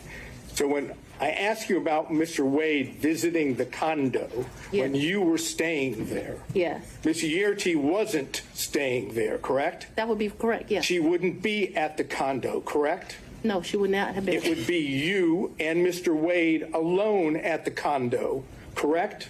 Yes. That is, there weren't any other witnesses to Mr. Wade and you at the condo, correct? Yes. No security, none of your security I'm detail. gonna object. She said it was just her and Mr. Wade. You made your point, Mr. Sadow. Let's move on to the next one. Yes, Your Honor. Who in the prosecution team, prior to, I guess, the motion being filed by Defendant Roman, who in the prosecution team knew of your personal relationship, and now I'm talking romantic, with Mr. Wade? So, sir, I am extremely private. All I ask No, no, is no. who knew. It's not, the answer is no one knew, that's fine. No. I ask you who knew. You could answer, me just tell answer you it and this. then explain, Ms. Willis. I am very private. When I supervised Mr. Body and Mr. McAfee, they didn't know who I was dating, but I can assure you I was dating somebody. So that I kept something private, that's my private life, is not any mystery to anyone. It's like a woman doesn't have the right to keep her private life private. And I'm speaking on this because there have been all these intimations. You still haven't answered the question, Ms. Willis. I'm sorry, what was the question then, Your Honor? Is there anyone else who knew about it? And then you can explain. I don't know. I don't think so. I certainly didn't go out telling my business to the world. Okay, so, the best of your recollection, you didn't inform anyone on the prosecution team that the individual that you had chosen to lead the prosecution team had a personal relationship with you. So Is that correct? That's inaccurate. Your question is inaccurate. What? Because you stated that the person I chose, we had a personal relationship. So we had a friendship. We have all these distinguishing factors. Remember, when I chose him in November of 21, first of all, let's get this straight. Mr. Wade was not actually my first choice. That's no insult to him. Your Honor, No, I it is don't- you because of the way you phrased the question. You said, when I chose him, I didn't inform people of a personal relationship. We have defined personal as romantic. It is an inaccurate way to state the question. Then I will as- certainly restate it so it is very accurate. Okay, and please do not yell at me. You hired Mr. Wade for the first time on November 1st of 2021, correct? November of 2021, yes, Okay. sir. Your testimony is whether one accepts it or not, your testimony is that at the time you hired Mr. Wade, there had never been a romantic relationship with Mr. Wade before you hired him, correct? Yes, my testimony is that we were very good friends, but not, well, we're talking about his sex, so let's just don't. No, I'm not talking about, I'm saying romantic relationship doesn't necessarily have to be just sex. Well, It can I be don't- dating, it can be holding hands, it can be any of those things that one might call romantic. I'm asking you whether or not prior to November 1st of 2021, there was a romantic relationship with Mr. Wade. That's very simple. It's either a yes or a no. I don't consider my relationship with him to be romantic before that. I'm not a hand holder, so no. Okay, that's fine. Now, let's move beyond November 1st of 2020, Yeah. 2021, excuse me. If I understand your testimony, there was no romantic relationship with Mr. Wade until early in 2022, whether it be January or February or March, early in 2022, correct? I would say sometime between February and April. Yes, sir. All right. Now I'm asking you about that time period when it became romantic. Yes, sir. Okay? Thank you. Okay. You didn't see the need, if I understand, to tell any of the people on the prosecution team when you had established a romantic relationship with Mr. Wade that the lead prosecutor, that is the man that was basically giving orders to others, was dating or having a romantic relationship with you, correct? I'm going to object to relevance at this point, Your Honor. It's not Mr. Sano, relevant. relevance? Just to prove or attempting to show that there is an issue on the credibility about the relationship. The failure to have informed anyone on her team that she was having a romantic relationship with the lead prosecutor, I suggest gives rise to that inference. That's the relevance. The inference that The inference that they were concealing this because it was not as it's been characterized to the court, and that in fact it started earlier than what they say. all right, overruled. Mr. Sano. I just want to make sure that we're clear. From at least 2020, me and Mr. Wade were friends. At least that time period. Okay, I'm not talking Okay, about. so no, I want to be clear because my credibility is being evaluated here, right? We were friends. We hung out prior to November of 2021. In November of 2021, I hired him. I do not consider our relationship to have become romantic until early of 2022. Because I don't know a date and time, I'm saying sometime between February and April of 2022, and very early April of 2022, because I know that trip that I discussed with you was like the first week of 2022, that the relationship had become romantic. I hope that answered your question, but I can't have it where, you know, we're saying something differently. All right, so you've established the timeline as you put it. The question originally was, at that time, did you tell any other prosecutors on the prosecution? I never tell people at work who I'm dating. All right, Mr. Sato. Okay. Did you take any trips to D.C. with Mr. Wade? Never. Did you take, okay, so you have no, what I would call personal trips or business trips to D.C. with Mr. Wade? I never went to D.C. with Mr. Wade, personal, business, otherwise, never. Okay, so, I've never been in the District of Columbia with Mr. Wade, or Maryland, Virginia, the DMV as they call it. so as I understand it, just to be clear, any trips that you would have taken to see D.C. That would not was a pretty clear answer. Huh? That was a pretty clear answer. Ask the man She just said no. twice. So do you have a variation or something new to bring up? I'll ask it and we'll see. Did you take trips to D.C. that were non-business during the time period that this case or this matter was under investigation? I'm going to object as to relevance as it relates to the matter that we're here before Your Honor. Well, again, the question already asked is take personal or business trips. She said, But that was with Personal Mr. or Wade. business? That was with Mr. Wade. This I asked her alone whether she took. okay. What's the And relevance? what would be the relevance of that? I'm trying to understand whether or not we have an ability to show a personal trip in which Mr. Wade is there at the same time. I understand her answer. Okay, I understand her answer, but we have documents, we have records that. Your Honor, I'm going to object to the documents, the things that. Well, this could be something that's maybe not part of the record yet, but if he has I think there have been other things discussed in this case, and they have evidence that Mr. Wade may have been in D.C. at the same time. If you want to ask about that exact specific date, Mr. Sadon, you can do that. I would reference to the court that that was not asked of Mr. Wade. Anything about any trips to D.C. Sure. And so that's going to limit its merit and impact on credibility. So, Mr. Sadon, ask the question. So I understand your testimony is you never took a trip to D.C. with Mr. Wade. That's correct. Personal or business. that's correct. Were you ever in D.C. at the same time as Mr. Wade? I was not. On personal or business? No, me and Mr. Wade have not been to D.C. at the same time. However, since Mr. Wade has been on this case, he's been to D.C. Since Mr. Wade has been on to this case, I've been to D.C. What has not happened is we have not been in the District of Columbia at the same time. Now, the only thing I'm not sure about with what you asked me is if I've been to D.C. personally, because I got a lot of personal friends in that area. But I know that I have been to D.C. I did an interview at Howard University. I went to D.C. for that. Seems like I've been to D.C. one other time. Oh, I went to D.C. for the Global Summit. Actually, yeah, those were two separate trips. My next question is based on her opening the door, and therefore I'll just ask it, and Your Honor can decide whether or not it's appropriate. When you went to D.C., did you go to the White House? I did not go to the White House. No. Well, Apparently, I'm going to get the answer anyhow.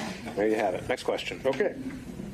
You indicated your best recollection was that your relationship with Mr. Wade, the romantic relationship, ended, you left it in August of 2023. That sound right? That's the hard conversation. That's not the. We've covered this. Next question. And you characterized it as a tough conversation, correct? Yes. I'm not going to get into the conversation per We se. should. Well, if he doesn't want to, we won't go there. So, Mr. Sadon, next question. You know, it's kind of hard to say no when you've got that opportunity. But all I'm going to say is, was it pre-indictment in this case? So, We know the timeline that the indictment was delivered. but, actually, and so that we're I'll give you clear, that. the physical relationship ended pre-indictment. And is that when you were talking about the tough conversation? But Was- I'm not sure that the tough conversation didn't happen until after, but the physical relationship, so I'm sure if you ask Mr. Wade, because he's a male, he would say we ended June or July, because physical contact ended then. Just in my mind, being a woman, it's over when you have that, like, hard conversation. I just think women and men think differently. And I think the answer, Mr. Sadon, to your question was she's not sure whether it was before or after the indictment. Well, I'm not sure that was her answer, but let's see if I can get specific. That is what I said. That's what I said. I'll let you. Next question, Mr. Sadon. If you need to Want to say clarify. one more? The romantic relationship ended before the indictment was returned, yes or no? To a man, yes. Well, to a man, yes. To you, no? She's explained this, Mr. Sadon. She's explained this. And did the forthcoming indictment have anything to do with that? Or was it just a coincidence? Mr., let's go on and have the conversation. I've just asked you whether or not it was a coincidence. Had absolutely nothing to do with this. It's interesting that we're here about this money. Mr. Wade is used to women that, as he told me one time, the only thing a woman can do for him is make him a sandwich. We would have brutal arguments about the fact that I am your equal. I don't need anything from a man. A man is not a plan. A man is a companion. And so there was tension always in our relationship, which is why I would give him his money back. I don't need anybody to foot my bills. The only man who's ever foot my bills completely is my daddy. Is there anything else you would like to add to that? No. Sure. But I'm sure we'll talk about it further. No, we're not going to talk about it further. All right, no back and forth, Mr. Sadon. Next question. My next question is something that that has to do with what I've characterized as the church speech. Let me just tell you what the question is, because I know that's not Preserve it something. for the record. Huh? You can preserve the questions for the record, but then we'll move on. That's correct. Thank you. When you gave what I've referred to as the Martin Luther King weekend church speech, you know what I'm referring to? A great honor of mine. That's a historic African-American church. Yes, I do. Okay. Did you have handwritten notes with you that you were reading from during the speech? And on second thought, Mr. Sadov, because you might have a number of questions about this, why don't we just bullet point what you would want to cover on this to preserve for the record, and then we'll move on to the next topic. Okay. Since I had laid out before that the forensic misconduct isn't a So subject do of the I evidence you're not hearing. get an answer for that? That's right. Okay. Did you read your speech? Well, no, Mr. Sadov, for everything related to any forensic Oh, you just want me to misconduct stay claims. out of it now? We're just not, we can do it in a bullet form if you just want to cover what you would have asked, but it's not in a question and answer format. Okay, so I should do that at this point or do it Sure. when you're ready? We can do it right now, so it's fresh on. I'm going to ask her about, did she prepare the speech? Did she have notes on the speech? Did she read the speech? When did she do this? When did she write the speech? Who was she referring to when she was talking about others? Who was she referring to when she said they? Who she was referring to when she spoke in terms of their, that is, I would love to answer those questions. Well, Ms. Willis, you could certainly do that in some other format, but for today, that's what we decided we're not going to cover. who was she talking about that was playing the race card, and why she didn't tell the people at the church that she had had a personal / romantic relationship with the, all due respect the way it was characterized, the black man that she was referring to, and was the black man she referring to, was that Mr. Wade? Okay. That's that area of inquiry. Noted for the record, Mr. Sadov. Next topic. Okay.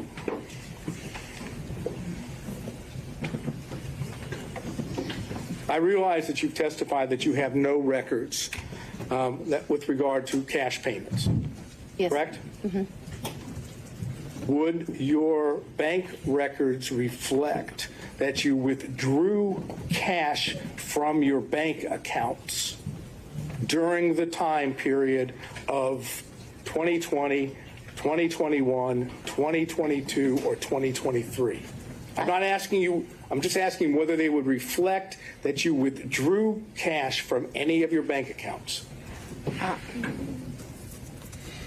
So the exact amounts? No, just But yeah, that of you course, did. Of course, I withdrew money throughout that time period, throughout my life. I withdrawn money from the bank. Yes, of course. Talking about cash from, that is that you go to a Cash, bank right. or you go to an ATM Cash. and you take cash out. Either that way, or you go to Publix and you overpay, or you go to another store and you overpay. So yes, both through that, yes, of course they would reflect that at times. Okay, and so those records, if we had them, would show that, correct? That throughout the course of my life, I took out money. I was very specific. I said Yes, during the course of 2020. that time period, I would have taken money out. Yes, So do you have a problem with, I absolutely, yes. you don't want the bank records to be made available for the court and the court I'm alone? going to object as to the relevance, and this has already been addressed earlier as it relates to other records. This is an improper line of questioning, and he's doing it for the purpose of harassment, to be perfectly frank, Your Honor. I'm just going to sustain it on relevance. Mr. Sadov, if that's something you want to follow up privately, you can do that. Okay. Last area, briefly. Yes, sir. You had contact with Mr. Wade in the year 2020, correct? Ooh, I had some contact with Mr. Wade. Would you explain when you say some contact? Please tell us, talking about 2020. I had some contact with Mr. Wade in 2020. One of the reasons your allegations are so preposterous, or Ms. Merchants that you have joined, is... Ma'am, No, no, I no, didn't no. ask you about the allegations. I asked you about your contact. That's all I ask you, okay? I appreciate that you want to say something, but I'm interested in, did you have contacts with Mr. Wade in 2020? And your answer so far has been yes, correct? Very limited contact because Mr. Wade had a form of cancer that makes your allegations somewhat ridiculous. And I do appreciate the I'm not going to characterization. emasculate a black man, but I'm just telling you. I'm that sorry, what? I'm not going to emasculate a black man. Did you understand that? All Well, I right, don't let's think we get should back on discuss track. further. Mr. Sato, next question. Trying to, Your Honor. Would you tell us on the occasions in 2020 that you had contact with Mr. Wade? I'm sorry, I thought I had answered that. Yes, sir, there were times in 2020 I had contact, but 2020 was a year I was running for office. It was a year that he was going through some serious medical issues, and I did not have much contact, but I certainly had contact with him in 2020. Did you It go wasn't- out to eat with him? Maybe, probably. Did you visit him in any location, his office, or did he visit you in your office in 2020? I am sure I'm sure, ooh, that's a very good question. I'm sure he came to 750 in 2020. 750 is, Was my office. okay. Not often, but maybe once or twice. Maybe I went to his office once or twice, but maybe once. And the purpose for going to his office would have been what? Maybe we would have went to Mellow Mushrooms for pizza, or maybe he would have come for lunch. I'm sure we went by each other's office though, but not often, not a lot. We both grinding, trying to make a But living. I understand what you've said about the cancer, and I'm not going into that. But when you were going out with him to restaurants, or when he would come to your office, right? Those were not sterile environments, were they? Oh, very sterile, because it The was restaurants were sterile environments? a lot of times we wouldn't eat there. We would pick up something and go in, but they were. You I'm listening to you. You pick up and take it to where? maybe eat at our office, but it did not happen much. That's what I'm trying to explain to you. And my office in 2020, nobody was coming in. I was stir crazy, so I would still go into my office. You remember when I started this, I said, I am not even sure if we came to each other's offices, but I am trying to be over cautious. So I think I can recall him at 750 a couple of times. I just think I can recall him at 750 once, but let's say twice. I have seen his office. I remember all the awards in the lobby, but I'm not sure in 2020 I went. I'm not even sure I went in 2020 at all. I just want to tell you yes, because I'm not sure. But I have a distinct recollection of him at 750. I actually don't have a distinct recollection of me at his office in 2020. But maybe I went to his office in 2020. Maybe. Did you have ongoing phone conversations during 2020 with Mr. Wade? Oh, yeah, I talked to, yes, absolutely. Yes, Yes, no question about that. no question. I talked to him on the phone in 2020. I understood, and this is, maybe I was confused.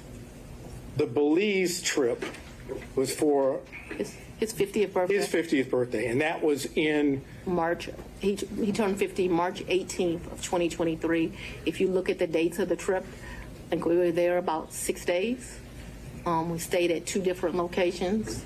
and you paid for it. 100%. He said, not only, I paid for the hotel, I paid for the flights, I had a birthday luncheon for him, I paid for massages, I paid for everything. And would those payments be reflected on your I credit paid for card? the cash. You paid them in cash? Cabs. I was telling you all the different things. I paid. And I'm asking you whether or not those payments would be reflected on credit card bills of yours. So there was about $500 that I think is reflected on a debit card. What my recollection is, I took about $4 in cash with me to that. 400 or 4,000? 4,000. But I remember I handed him 2,500, and then the rest was just the money we spent. I probably gave $300 or $400 to this guy who was a taxi driver. He would drive us every day around the 2 or 3 days we went. Took him to eat like it was my trip money. And you had, to be clear, to end this up, the 4,000 that you've just told us. But I didn't give it all to him. Remember, I only gave the 2,500 to him.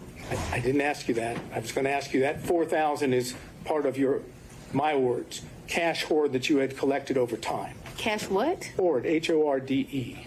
Oh, I thought you said something different, sir.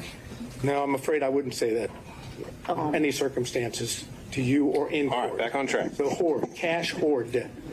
I would not classify it in that way, but I have money at my house. Yes, sir. And the money when you had money at your house. I'm speaking too loosely. I had money wherever I was staying. So I was not referring to my house in 750. I'm saying I had money wherever I was laying my head. Yes, sir. That was my fault that I wasn't clear. Okay, so when you were at what we've said, the Yerty condo, during the time period we've always discussed, that's where you would keep your cash. When I stayed there, yes. Okay, that's all I have. Thank you.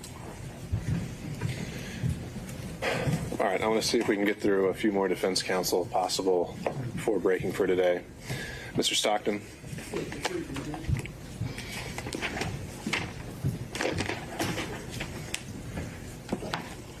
Madam District Attorney, I'm Alan Stockton. I don't think we've had the pleasure of meeting. It's a pleasure to meet you, sir.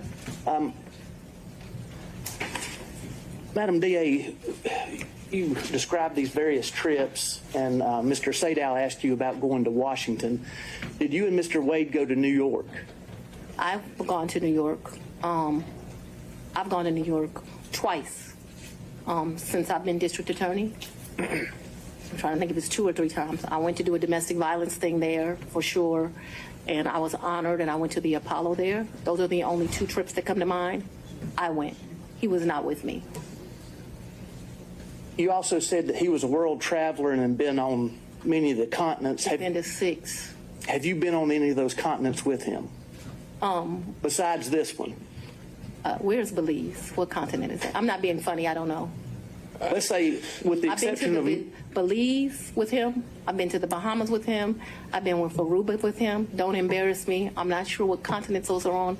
Whatever continents those are, that's where I've been. I'm sure if I gave it some thought, I would tell you. But whatever continents those are, that I've been to those locations, sir. but not Australia or any other continents. I don't even want to go to Australia. I do know he took a trip in December to Australia. I have no idea, I don't know anything about that trip. When Mr. Wade began working with your office, Yes, he had two other gentlemen that worked in his firm with him. Is that correct? yes, Terrence Bradley worked for him, and Chris Campbell worked not for him. They worked with each other. Did you understand what their partnership arrangement was? No, Did he ever make you aware of how fees were divided or anything? no. Now, since you have been district attorney, the two gentlemen that worked with Mr. Wade and his firm, they also had contracts with your office. Is that correct? I probably had I don't. I don't know if we've covered this in Ms. Willis, but I still don't know what the relevance would be of her testifying to this. But I've had about 10. Oh, I'm sorry. Do you want me to answer Let's or figure no? this out. Judge, respectfully, I think based on Mr. Wade's testimony, he had an interest in those contracts. Sure. And then, but how has that been imputed to Ms. Willis? I don't know whether or not she knew she was giving him that benefit. That's what I was trying to explore. Okay. Well, maybe we can start with that question, and then if she doesn't know about it, then the ins and outs of all the contracts wouldn't be quite as relevant. Judge, to lay a foundation for that, though, Let's see where it respectfully, I need takes to. us. Go ahead.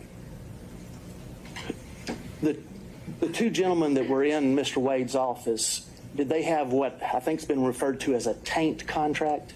So let me be clear, and I may get the names wrong. When I first became DA, the office was not properly staffed. And so I'm surprised any lawyer would take it, but I did a contract for like $60 an hour to help us out with first appearance. That lasted a few months. Okay, so I can't remember if Bradley or Campbell had that. I'm sure we can have records and I can tell you which one, but I just can't remember now. I liked their experience. Bradley had been a probation officer and a defense attorney. Campbell had been a police officer and a defense attorney. There's a reason I'm telling you this. Then that contract, like I said, it didn't last long. It was just, I was aggressively hiring. As soon as I got where I felt like I had first appearance, enough lawyers for that, I let them go. Then we had what's called a filter contract, but it was not filter for this particular case. I do have a lawyer who does the filter for this election interference case. When we're talking about filter, the contract they had that neither one of them has any longer, I now have another lawyer that does that for me. It was only for police brutality cases. It's for what I call the, so when I first got to be the DA, I had, the whole unit was called anti-corruption. It dealt with both elections and police brutality cases. I actually took a trip to Houston and visited the district attorney in Houston. They divided their work up, and I thought the way she was doing it was better than me. And so I made a civil rights unit. And so they did what we would classify as civil rights cases. Those are specifically the police brutality cases. When I first took over, I was told Paul had not filtered 5 cases.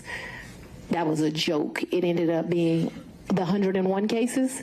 They weren't filtered, which is why I hired 2 of them. Eventually, we got it down enough that it was 1 of them. And then now I still have 1 lawyer that does it, but now I've been able to cut those cases down to like 30. Can you tell me and help me understand what the purpose of the filter is? Yes, sir. So what a filter is police officers make statements in the line of duty, and you are not allowed as the prosecutor to know what those statements are if they're done in the furtherance of their employment. And in fact, if you know what those statements are, you're basically disqualified from the case. You can't have it anymore.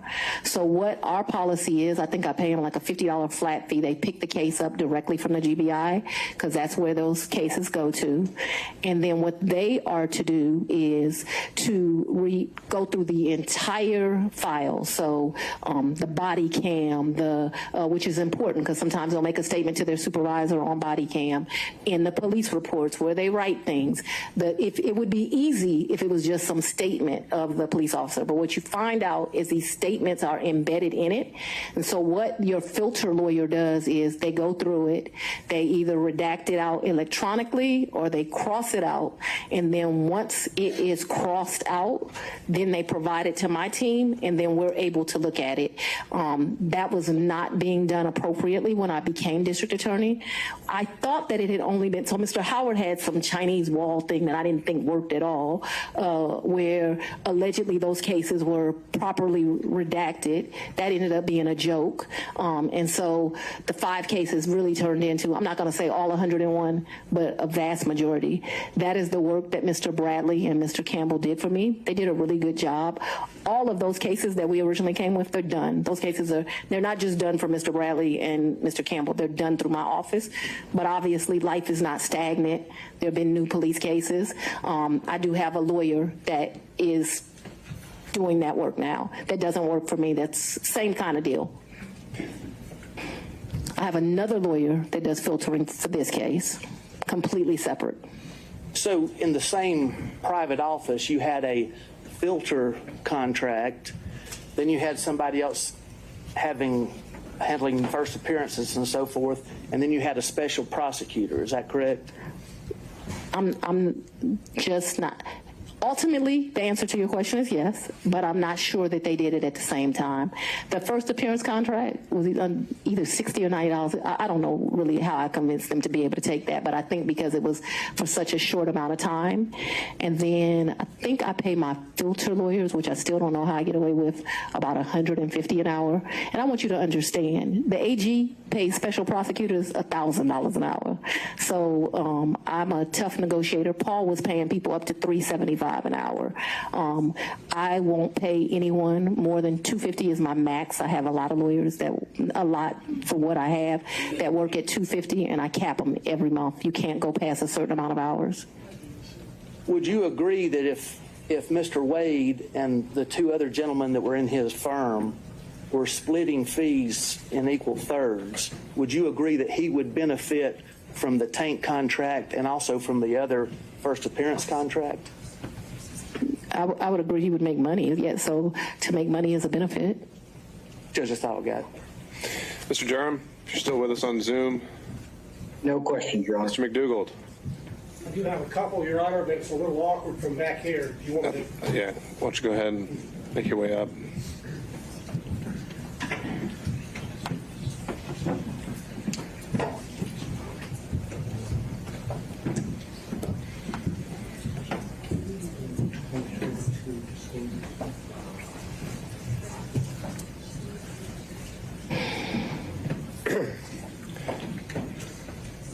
Good afternoon, Ms. Willis. How you doing? I'm very well. How are you, Mr. McDougal? I think this is our first in-person meeting, correct? Second. Second? Well, I apologize for not remembering you more clear. That's quite all right. I'm referring now to exhibit number 21, Yes, sir. which was your financial disclosure form for 2022. Yes, sir. And it has a question which requires you to disclose any gifts or favors from a single prohibited source in the aggregate amount of $100 or more. Do you see that? I don't, but I believe you. It would be on page 2 in the middle, paragraph number 3. Yes. And what is your understanding of a prohibited source for purposes of this form? I believe there's some classification of somebody you like don't have a personal relationship with that gives you $100. All right, if you look somebody under there Sorry. at subparagraph 2, Romanet 2, it defines it as someone that you know or should know is seeking to do or is doing business with the county, correct? Yes, but yes, yes. That includes Mr. Wade as of the date you filled out this form, correct?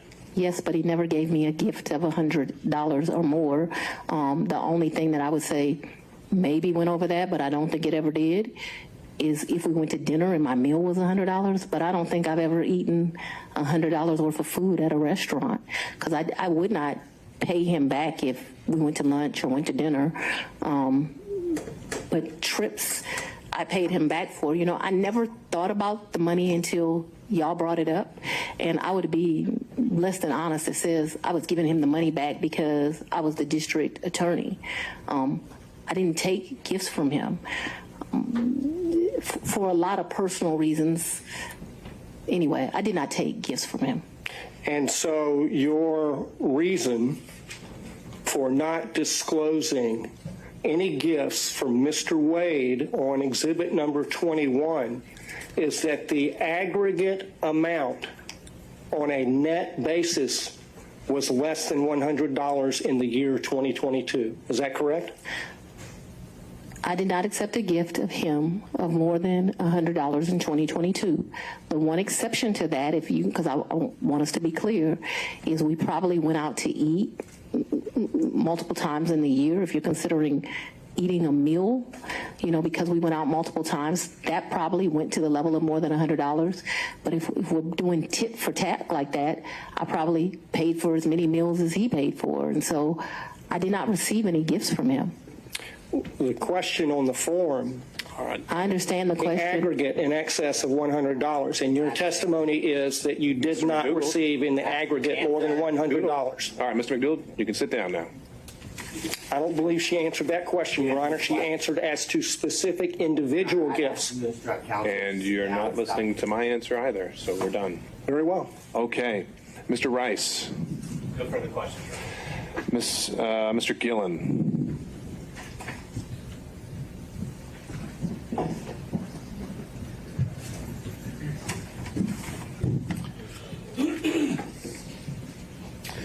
Good afternoon.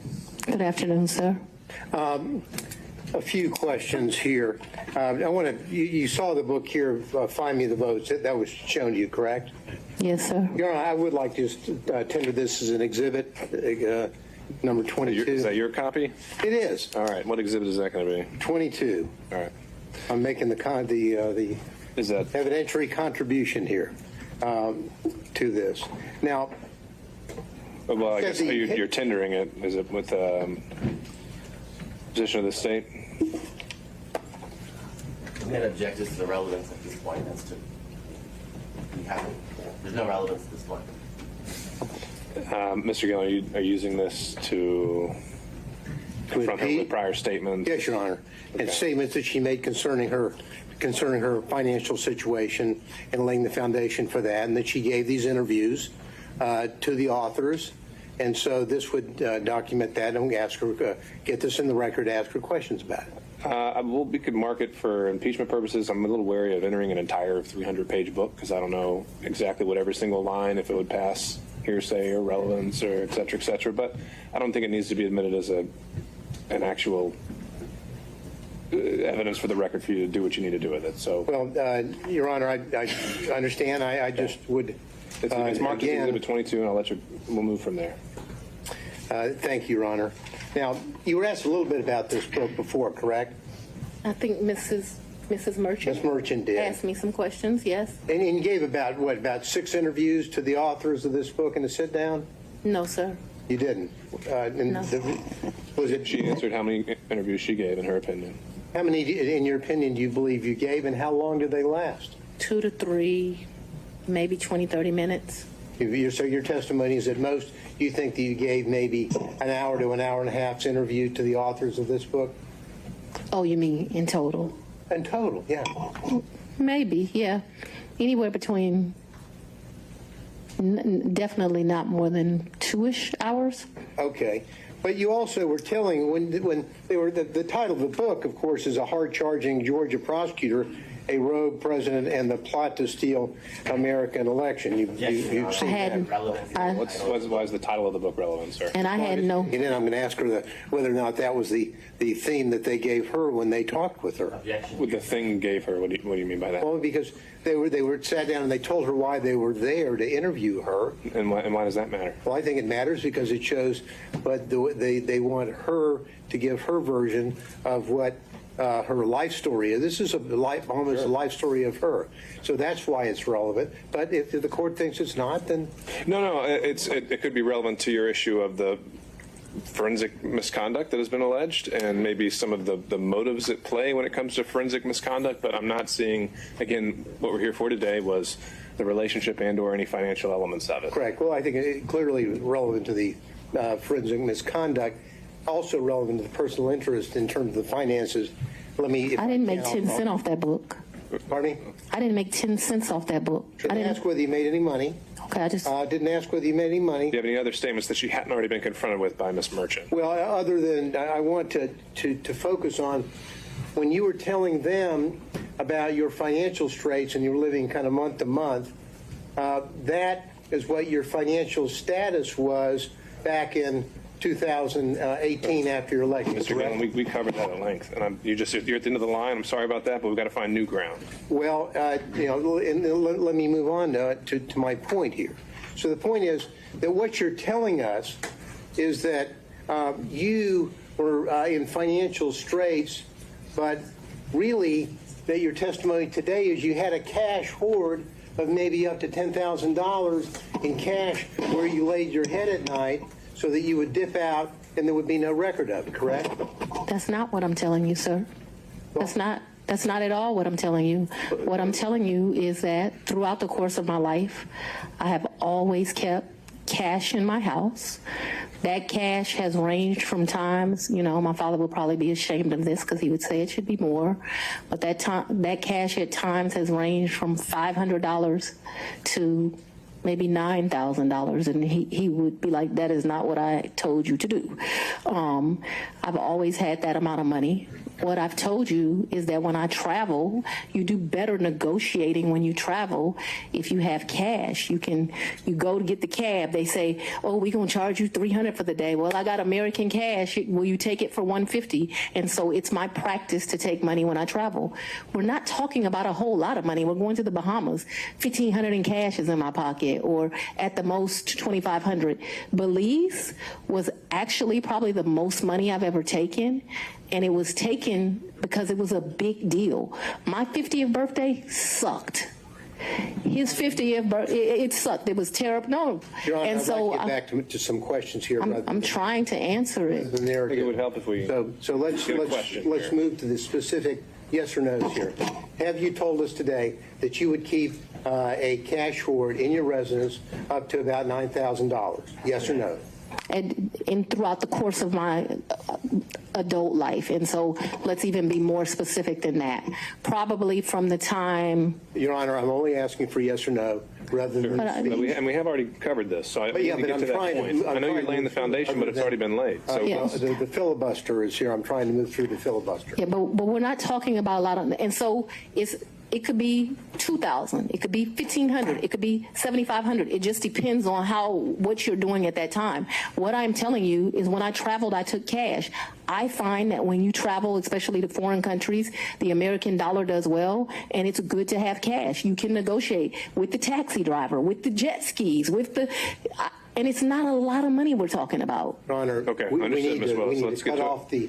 Let's get to a narrative question, Mr. Gillen. And so you have cash in your house, but you had a lien, a tax lien on your property, is that right? I don't believe I had a tax lien on my property. You have a tax lien on your property? You gotta talk up louder, Mr. Hunt. Cumulative, Your Honor. Okay, we already covered that, Mr. Gillen. I need new ground here. I'm asking the question of, I'm trying to figure out how someone can have a tax lien, Then ask that question.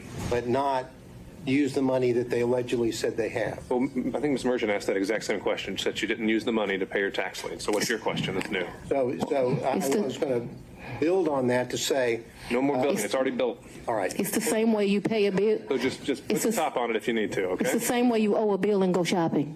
well, now, have you ever used, did you say earlier that you used Cash App? When I would pay Robin Bryant, I used Cash App. What is Cash App for the record? I don't need to know that for the record. Let's keep going. Well, so if you're paying Robin with Cash App, why aren't you paying, allegedly paying Mr. There's no alleged here. Why aren't you paying allegedly Mr. Wade with Cash App? I don't think Mr. Wade does Cash App. Did you ask him? I think he's told me he doesn't do Cash App. Okay, so that's the reason why you didn't use Cash App, He's sitting next to me. I hand him the money. because there would be a record in Cash App of your making payments, correct? Yes, Correct. but I didn't think that I was making a record in a personal relationship. Because when you're filing your, and I know that I'm going to move into this financial statement here, you were asked just a second ago about your non-disclosure form, or your disclosure form of an Exhibit 21, where we agree that Mr. Wade is a prohibited source, correct? What I agreed to is I don't believe he's giving me gifts. You would like to classify these trips as gifts, but I've always paid my fair share on these trips, so I did not look at them as gifts. I don't think that what this is disclosing, and they can tell me if they mean something different, I don't think it means that if you go to dinner with somebody over the course of a year and it gets to 100, you're supposed to report it. If my understanding of that is wrong, I've probably been to lunches with a couple of people that over the course of a year they paid, I paid. Prohibited source means. We already went over this, Mr. Gillen. Mr. McDougall. Well, Your Honor, I have to lay the foundation here before I can follow up with my next question. I don't know why you can't. You have to. Well, It's already, the okay, questions have been made. Then your 2022 disclosure form did not list any of the thousands and thousands of dollars that Mr. Wade paid for on trips that you were on. Objection. Isn't that correct? That's because Mr. Wade was paid that money back, or he was paid due to the fact that I bought the plane ticket or I paid for the hotel. There were never money that he gave me. That wasn't the nature of our relationship. You know, there's so many men, and Mr. Wade is one of them, where the nature of the relationship is they're just paying a woman. The nature of our relationship is companionship and friendship. Despite the way people would like to paint certain women, it's just not true. Final question. And not a single solitary documentary piece of evidence showing that you have withdrawn the cash to pay him All back. right. Thank you, Mr. Gillen. That's not accurate. Thank you. Okay, Mr. McCullough, on behalf of Mr. Floyd. All right, and Mr. Cromwell on behalf of Ms. Latham. Great thing about coming last is most of your questions. I had one question, Ms. Willis. Can you hear me? Yes, sir. In the time period between February of 2021 and January of 2022, while you were staying at the Yurdi condo, did your father ever come and visit you during that time period at the Yurty condo? He did not. That's all I have. Thank you, Your Honor.